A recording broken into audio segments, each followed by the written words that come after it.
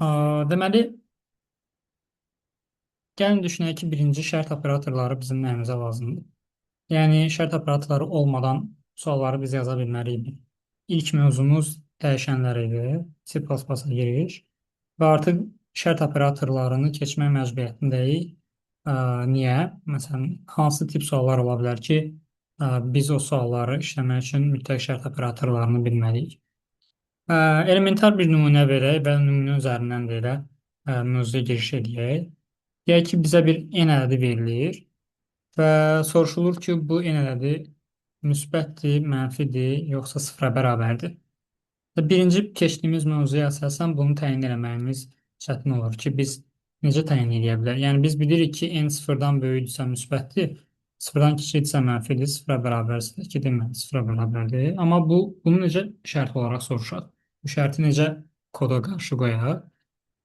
Bunun üçün şərt operatorlarından istifadə edəcəyik. İki cür bloka baxacağıq. Bir if-else blokları, bir də if-if blokları. Fərqlərini də görəcəyik ki, nə fərqləri var orada. Gəlin elə nümunənin üzərindən başlayaq. Deməli, bir n ədədi alırıq və if şərtindən istifadə edirik. Ümumi mötərizənin daxilində şərtimizi yazırıq ki, deməli, bizim aldığımız n ədədi müsbətdirmi? Bunun üçün şərt olmalı ki, n sıfırdan böyükdürsə, o zaman nə olacaq? Çıxışa verəcəyik ki, deyək ki, məsələn, bu ədəd müsbətdir, məsələn. E, Digər şərtimiz nədir? Digər şərtimiz olacaq ki, əgər n sıfırdan kiçik olarsa, onda çıxışa veririk ki, bu ədəd, məsələn, mənfidir. Sonra deyə bilərik ki, əgər n sıfıra bərabər olarsa, onda çıxışa verəcək ki, bu ədəd sıfıra bərabərdir. Evet. Bu belə. Məsələn, indi burada bir məsələ toxunaq, n-in sıfıra bərabər olma şərti. Biz normalda bərabərliyi görmüşük, mənimsətmə operatoru olaraq bərabərliyi görmüşük. Məsələn, biz görmüşük ki, n bərabərdir 5 əvvəllər yazmışıq. N bərabərdir 0 yazmışıq. Nə üçün yazırdıq? N-ə 0 mənimsətmək üçün. Okay. İndi isə bizim məqsədimiz n-ə 0 mənimsətmək deyil. Bizim məqsədimiz n-in sıfıra bərabər olmasını yoxlamaqdır. Yəni mənimsətmə yox, müqayisə məqsədi ilə biz o bərabərliyi yazmışıq. Yadımızda saxlayırıq ki, mənimsətmədə 1 bərabərliyi, müqayisədə isə 2 bərabərliyi istifadə edəcəyik. Yəni burada bizim məqsədimiz n-i sıfır eləmək deyil. N-in sıfıra bərabər olub-olmamasını sadəcə yoxlamaqdır. Bu şəkildə yazdıqda biz n-in qiymətini dəyişdirmirik. Sadəcə olaraq n-in sıfıra bərabər olmasını yoxlayırıq. Nümunə yazaq. Məsələn, yazaq ki, 15. Kodu run edirik. İşləmə prinsipi necə gedir? N almışıq dəyər olaraq 15. Gəlir birinci şərtə. If n böyüdürmü sıfırdan? 15 sıfırdan böyüdürmü? Bəli. Yəni bu ifin yekun halı ya true olmalıdır, ya da false olmalıdır. True olsa düşür əməliyyatını yerinə yetirir. False olsa əməliyyatını yerinə yetirmir. Və 15 də həqiqətən də sıfırdan böyük olduğuna görə bu əməliyyat bizə true qaytarır və şərt doğru olduğuna görə düşür əməliyyatı yerinə yetirir. Amma indi bu if-də yerinə yetirir. Həqiqətən bu ədəd müsbətdir yazısını yazdırdı bizim üçün. Və aşağıda digər 2 dənə if var. Bu iflər deyir ki, o ifə baxılıb. Biz də ifi, bizə də baxılmalıdır. Düşür aşağıya, o ifi də baxır. N sıfırdan kiçikdirmi? 15 sıfırdan kiçik deyil. False, yanlışdır. Şərt yanlış olduğuna görə əməliyyat yerinə yetirilmir. Keçir o biri ifə. 15 sıfıra bərabərdirmi? Soruşur, müqayisə edir. Və 15 sıfıra bərabər deyil. Bu da yanlışdır. Ona görə bunun da əməliyyatını yerinə yetirmir. Və bu şəkildə bu kodun icrası bitmiş olur. Fiqurlu mötərizəni biz demişdik ki, öncəki dərsdə. Onun üçün lazımdır ki, fiqurlu mötərizə əgər olarsa, onda o fiqurlu mötərizənin daxilində olan bütün əməliyyatlar int-main aid olacaq. İndi burada da bizdə əgər biz fiqurlu mötərizə o vaxt qoyuruq ki, çoxsaylı əməliyyatlarımız olacaq. Çoxsaylı əməliyyatlarımız olduğu halda fiqurlu mötərizə qoyuruq. Əgər bir əməliyyat olarsa, onda fiqurlu mötərizə yazmaya da bilərsiniz. Məsələn, burada if şərtinə aid olan yalnız bir dənə əməliyyat var. Bir sətirdə əməliyyat var. Burada yazmaya da bilərsiniz həmin o fiqurun mötərizəni. Məsələn, 15 şərti yoxlayır. Şərtə aid olan əməliyyat nədir? Bu ədəd müsbətdir və onu da yazdır. E, amma məsələn deyək ki, biz iki dənə əməliyyat yazsaq burada, sadə siyahı ben salam yazırıq. Və bura biz mənfi 15 yazsaq, baxın, mənfi 15 sıfırdan böyüdür. Xeyr, bu şərt yanlışdır. E, tam olaraq bu da istədiyim cavabı verməyəcək bizə. Bu əməliyyatı yerinə yetirirmi? Yerinə yetirmir. Amma baxın, bu şərt, bu əməliyyat artıq bu ifə aid olmadı. Yəni biz bura fiqurlu mötərizə qoysaq, o zaman fikir verin, indiran edək. Bu ədəd mənfidir. Niyə? Ona görə ki, birinci gəlib yoxlayır. Mənfi 15 sıfırdan böyüdür. Xeyr. Şərt false-dur. Düzdür? Şərt false-dur və heç bir əməliyyatı yerinə yetirmir. Niyə? Çünki fiqurlu mötərizənin daxilində iki dənə əməliyyat var. Bu o deməkdir ki, hər ikisi də ifadədir. Ona görə bu əməliyyatları yerinə yetirmədi. Keçdi bu ifi soruşdu ki, mənfi 15 sıfırdan kiçikdir. Deyir, hə, kiçikdir. Şərt doğru olduğuna görə bu ədədi mənfidir yazdı normal olaraq. Amma biz burada fiqurlu mötərizələri indi silsək və run eləsək, fikir verin, salam bu ədəd mənfidir. Niyə? Ona görə ki, artıq bu əməliyyat, uşaqlar, bu ifə aid deyil. Çünki ifə aid olan sadəcə bir əməliyyat var. Digərini artıq o ifə aid eləmir. Bunu yazmadı, amma bunu yazdı. Niyə? Çünki bu siyahı artıq havadadır. Artıq o ifə aid deyil. Yəni artıq bu nəticəyə gəlir ki, əgər birdən çox əməliyyatlarınız, bir sətrin çox əməliyyatlarınız varsa, onda fiqurlu mötərizə yazmaq mütləqdir uşaqlar. Yoxdursa, yaza da bilərsiniz, yazmaya da bilərsiniz. Əgər sizə rahatsa, həmişə fiqurlu mötərizə açın. Burada problem yoxdur. Amma bir sətirlik əməliyyatlarınız varsa, o zaman fiqurlu mötərizə yazmaya da bilərsiniz. Məsələn, mən adətən yazmıram bunları. Amma dediyim kimi, yəni sizə rahatsa əgər, siz onları daimi olaraq yaza bilərsiniz. Burada məsələn mənfi 15 yoxladıq. Sıfıra baxsaq əgər, sıfırda gələcək. N sıfırdan böyüdürmü? Xeyr, şərt yanlışdır. Ona görə əməliyyatını yerinə yetirməyəcək. N sıfırdan kiçikdirmi? Xeyr, şərt yanlışdır. Ona görə əməliyyatı yerinə yetirməyəcək. N sıfıra bərabərdirmi? Bəli, şərt doğrudur. Ona görə də əməliyyatı yerinə yetirəcək və bu ədəd sıfıra bərabərdir yazısını çap eləmiş olacaq. İndi bir məsələ var ki, biz danışdıq ki, if şərti daimi olaraq baxılır. Öncəki vəziyyətdə əgər 15 varsa bizim ədədlərimizdə, o zaman nə baş verir? 15 gəlir şərt yoxlanılır, doğrudur, yerinə yetirilir, gəlir buna da baxır, gəlir buna da baxır. Bu bəzən bizim üçün səmərəli variant sayılmır. Belə bir nümunə düşünək ki, biz bir dənə sinif otağımız var və burada da 12 nəfər şagird var. 12 nəfər şagirdimiz var. Mən deyək ki, sinifə daxil olmuşam və şagirdlərin heç birini tanımıram. Amma bilirəm ki, orada bir dənə Zaur adlı şagird var. Və seçim olaraq belə düşünürəm ki, gedim bir şagirdlərdən soruşum ki, kimdir orada Zaur? Və bilirəm ki, burada nə az, nə də çox. Düz bir dənə Zaur var. Gəlirəm sinifə, başlayıram. Bir soruşuram ondan. Sən Zaursan? Deyir, yox. Zaursan? Yox. Zaursan? Yox. Zaursan? Yox. Zaursan? Yox. Zaursan? Yox. Zaursan? Bəli. Aha, mən Zauru tapdım. Artıq bu Zauru tapandan sonra sizcə davam edib soruşmağın mənası varmı ki, digər uşaqlardan siz Zaursuzmu deyə?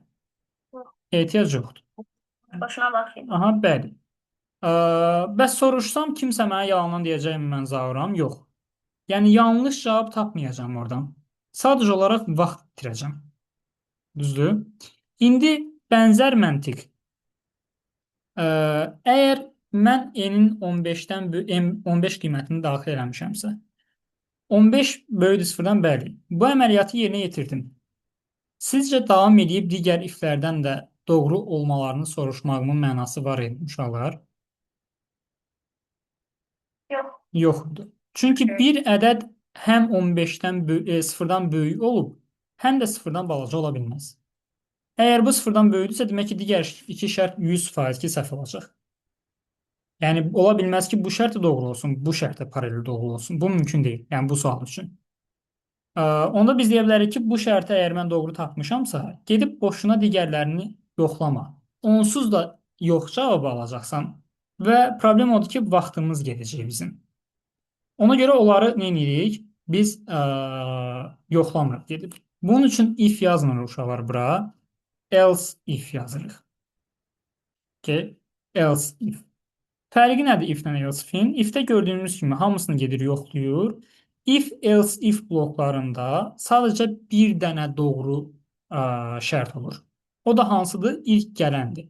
İlk doğru kim gəldisə, onun əməliyyatı yerinə yetirilir və salam. Blokda digər heç bir şərtə baxılmır.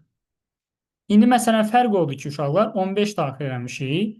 Gəlir yoxlayır. 15 sıfırdan böyüdür. Bəli, bu ədəd müsbətdir. Yazır və salam. Artıq aşağılara gedib baxın uşağa. Elə belə yaz özümüz üçün yazaq ki, məsələn burada tezlənən yazaq ki, n böyüdür 0 yazaq. Fikir verin. Əgər gəlib baxsaydı, əslində 15 sıfırdan böyüdür. Şərt doğrudur. Amma görürsüz gəlib baxmır. Baxsaydı doğruydu. Məsələn bura if yazsaq biz, sadəcə iflər yazsaq, onda gəlir baxır. Fikir verin, ikisini də yazdı. Bu ədəd müsbətdir, bu ədəd sıfıra bərabər. Niyə? Bunu baxdınız, 15 sıfırdan böyüdü yazdı. Gəlir hamısına baxır. Buna baxdı, buna da baxdı. 15 sıfırdan böyüdü, bəli, böyüdü, bunu da yazısını yazdı. Amma else if yazdıqda nə baş verdi? Sadəcə birinə baxdı. Cavab doğrudur, bəli doğrudur və salam. Blokda artıq heç kəsə baxmır. Məsələn, mənfi 15 yazsaq, ona nə baş verəcək? Mənfi 15 gəlir. Mənfi 15 sıfırdan böyüdür. Xeyr. Bu şərt yanlış olduğuna görə keçid ikinci şərtdən doğru cavab axtarır. Mənfi 15 sıfırdan kiçikdirmi? Bəli, mənfi 15 sıfırdan kiçikdir. Əməliyyatını yerinə yetirdi və salam. Burada saxladı. Artıq buna baxmayacaq. Hə, indi 0 versək, deməli, bu hələ 0-da qalıb bayaqdan. 0 versək, 0 sıfırdan böyüdür, xeyr. Şərt yanlış olduğu üçün keçir digər şərtə. 0 sıfırdan kiçikdir, xeyr. Bu şərt də yanlış olduğu üçün keçir digər şərtə. 0 sıfıra bərabərdirmi? Bəli, 0 sıfıra bərabərdir. Ona görə burada artıq əməliyyatımızı yerinə yetirir və biz də uyğun çıxış əldə edirik. Biz else if vasitəsilə artıq daha tez dayanmanın və vaxt qazanmanın önəmini bildik. Belə bir nümunəyə yenidən baxaq. Deyək ki, biz yenə sinifə daxil olmuşuq və bilirik ki, sinifdə nə az, nə çox bir dənə Fatih var. Və biz Fatih axtarırıq. Yenə gəlirik bu sırayla. Soruşuruq ki, Fatih varmı burada? Hamı deyir ki, yoxdur. Bu sıraya da baxırıq. Yenə Fatih yoxdur. Bu sıraya da baxırıq. Fatih yoxdur. İsmaila da ən son baxırıq ki, sən Fatihsənmi? O deyir, yox, mən Fatih deyiləm. Yəni, bunların hamısına baxdıq. Burada baxdıq, burada baxdıq, burada baxdıq. Qalıb yalnız axırıncı şagird. Sizcə ondan Fatihsənmi deyib soruşmağın mənası varmı uşaqlar? Yox. Yox. Çünki mən bilirdim ki, sinifdə bir dənə Fatih var. 12 nəfərdən 11-i Fatih deyilsə, deməli 12-cisi 100% Fatihdir. Yəni bunu soruşmadan da mən deyə bilərəm ki, hə, sən Fatihsən. Soruşsam mənə səhv cavab alacağımı? Xeyr. Amma soruşmamaqla daha tez bir zamanda, vaxt bitirmədən onun Fatih olduğunu təyin edə bilərəm. Əlaqələndirsək, sizcə bu şərti yoxlamağın bir mənası varmı uşaqlar? Əgər n sıfırdan böyük deyilsə, n sıfırdan kiçik də deyilsə, onun sıfıra bərabər olmama ehtimalı varmı? Evet. Yoxdur. Onsuz da ki, biz bura qədər gəlmişiksə, else şərtlərində, demək ki, yuxarıdakı şərtlər yanlışdır ki, gəlmişik. Bu şərtlər doğru olandan sonra gəlib baxılmır. Bura qədər gəlinibsə, demək ki, birinci if-dən else yanlışdır.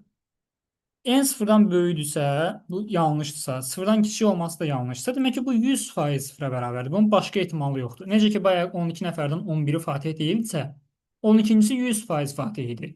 Burada da bura qədər gəlmişiksə, bu şərti yoxlamağa ehtiyac yoxdur. Else olacaq əks halda. Else olacaq əks halda.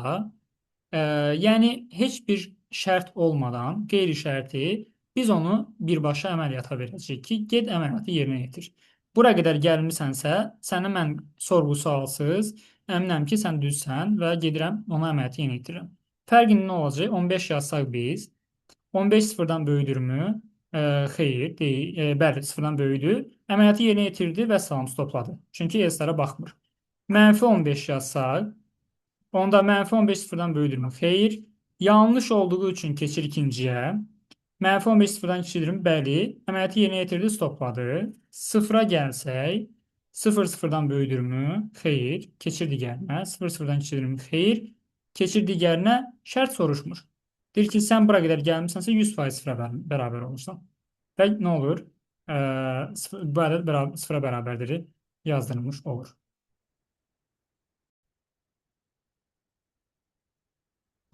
Bizə ə, deyək ki, suala deyir ki, sizə bir dənə n ədədi verilir və deyir ki, təyin edin ki, o n ədədi 0 və 10 aralığında yerləşir, yoxsa yox. Bir ədədin 0-10 aralığında yerləşməsi üçün nə lazımmış olar? Onun 0-dan mütləq şəkildə böyük olması lazımdır. Düzdür. Həmçində ondan da kiçik olması lazımdır. Düzdür. Yəni bu aralıqda olması üçün. Və bu şərtlərin təbii ki, hər ikisini doğrultmalıdır ki, o 0-10 aralığında yerləşsin. Onu deyəcək ki, biz n mütləq şəkildə böyük olmalıdır 0-dan və n mütləq şəkildə kiçik olmalıdır. Bərabərlərdə qeyd edə bilərik. Ondan. Bu halların ikisi də doğru olarsa, ona biz deyə bilərik ki, bəli, bu ədəd 0 ilə 10 arasında yerləşir. Əgər şərtlərin hər hansı bir dənəsi yanlış olsa, onda biz deyəcək ki, yox, onda yerləşmir. Yəni də ola bilər ki, məsələn, n bərabərdir 25-ə. 25 sıfırdan böyüdürmü? Bəli. Ondan kiçidirmi? Xeyr. Biri doğrudur, biri yanlışdır. Onda biz bəyənməyəcəyik onu. Və ya deyə bilərik ki, n bərabərdir -25-ə. -25 ondan kiçidirmi? Bəli. Sıfırdan böyük bərabərdirmi? Xeyr. Biri doğru, biri yanlış. Onda biz nə edirik? Bəyənmirik. Gərək n məsələn 5 olsun. 5 sıfırdan böyüdürmü? Bəli. 5 ondan kiçik bərabərdirmi? Bəli. Hər ikisi doğru olduğunda biz onu bəyənəcəyik. Belə. Koda necə çevirəcək olar bunu? Deyəcək ki, bir dənə ədədimiz var. Əgər n böyük olarsa və bərabər olarsa sıfırdan və işarəsini bu şəkildə qeyd edəcəyik. N kiçik bərabər olarsa ondan, yəni bu şərtin doğru olması üçün n-in hər iki tərəfi doğru olmalıdır. O zaman çıxış verəcək ki, məsələn, yes. Ola bilər ki, siz bir neçə dənə əndlər yaza bilərsiniz və burada şərtlər yaza bilərsiniz. Ənd şərt. Məsələn, bir ifin içərisində deyək ki, əndlər vasitəsilə deyək ki, 10 dənə şərt yazmısınız. Əgər bu 10 dənə şərtin 9 dənəsi doğru olub, bir dənəsi yanlış olsa, ümumi şərtiniz yanlış olmuş olacaq. Yəni, əndlərdən ənd ardıcılığından ibarət hər hansı n dənə şərt varsa, ümumi ifin doğru olması üçün bu n dənə şərtdən n-i də doğru olmalıdır. 50 dənə şərt olsun, 49 doğru, biri yanlışsa, demək ki, ümumi şərt yanlışdır. Tələb olunur ki, hamısı doğru olsun. Məsələn, yazsaq, desək 2, onda bizə yes verəcək. Çünki 2-də hər bir tərəf doğrudur. 2 sıfırdan böyükdür, 2 ondan kiçik bərabərdir. Desək 21, onda bizə heç nə çıxış vermir. Niyə? Çünki if şərti doğru deyil. 21 sıfırdan böyük olsa da ondan kiçik deyil. Bir dənə true, bir dənə false. Dedik ki, ümumilikdə false-dur. Çünki yekun olaraq true almağımız üçün bizdə heç bir dənə də false olmalı deyil. -21 desək də, yenə də heç nə çıxış verməyəcək bizə. -21 çünki sıfırdan böyük deyil. Baxmayaraq ki, ondan kiçiyi bərabərdir. Bir dənə false, bir dənə true. Ümumilikdə false demək olur. Belə bir sual olsa ki, bir dənə n ədədi verilir sizə. Bu n ədədi məsələn 0 ilə 10 aralığında olmasa yes verin. Bu şəkildə baxa bilərik ki, suala bayaqkının əslində yes-lə onun yerini dəyişmək olar. Amma belə demək olar ki, 0-10 aralığında yerləşməməsi üçün ya 0-dan kiçik olmalıdır, ya da ondan böyük olmalıdır. Düzdür? Elə deyiliş tərzimiz necədir? Ya belə olmalıdır, ya da belə olmalıdır. Yəni n 0-dan kiçik olmalıdır, ya da n böyük olmalıdır ondan. Əlbəttə ki, bunların hər ikisi doğru ola bilməz. Yəni ədəd elə bir ədəd yoxdur ki, həm 0-dan kiçik olsun, həm ondan böyük olsun. Hər hansı biri doğru olsa kifayət edir. Məsələn, n əgər bərabər olsa 15-ə, 15 0-dan kiçikdirmi? Xeyr. 15 ondan böyükdürmü? Bəli. Bir dənə doğru, bir dənə yanlış bizə doğru verəcək. N bərabər olsa -15-ə ya da -5-ə. -5 sıfırdan kiçikdirmi? Bəli. -5 ondan böyükdürmü? Xeyr. Bir doğru, bir yanlış yenə doğru verir bizə. Məsələn, n bərabər olsa 6-ya, 6 sıfırdan kiçikdirmi? Xeyr. 6 ondan böyükdürmü? Xeyr. 2 dənə yanlış yanlış verir. Yəni biz bunu koda çevirsək əgər biz, e, deməli n əddi verilir. Əgər n kiçik olarsa sıfırdan və ya bu şəkildə yazacağıq. N böyük olarsa ondan, onda siyahı edəcəyik. Else-nə də verə bilərik ki, siyahı.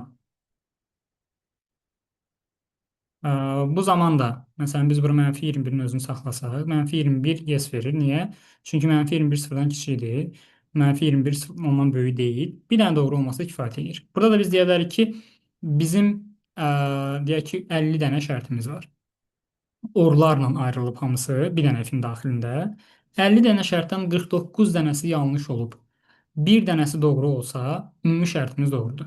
Yəni, ən azı bir dənə doğru şərt olması kifayət edir ki, ümumi şərt doğru olsun. Hamısı yanlış olsun, bir dənə doğru olsun kifayət edir. 2 dənə, 3 dənə. Təki bir dənə. Amma bir dənə no halı, if-in, yəni false verməsi harda olur? Hamısı yanlış olsa, hə, false verir. Bir və ya daha çox doğru olarsa, oradan true almış olacağıq biz.